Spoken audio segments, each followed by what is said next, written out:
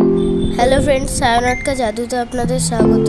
आज के आमी एकटी नतून छत्रपति शिवाजी महाराजेर ड्रयिंग करेছি। एटी सम्पूर्ण स्केचिंग।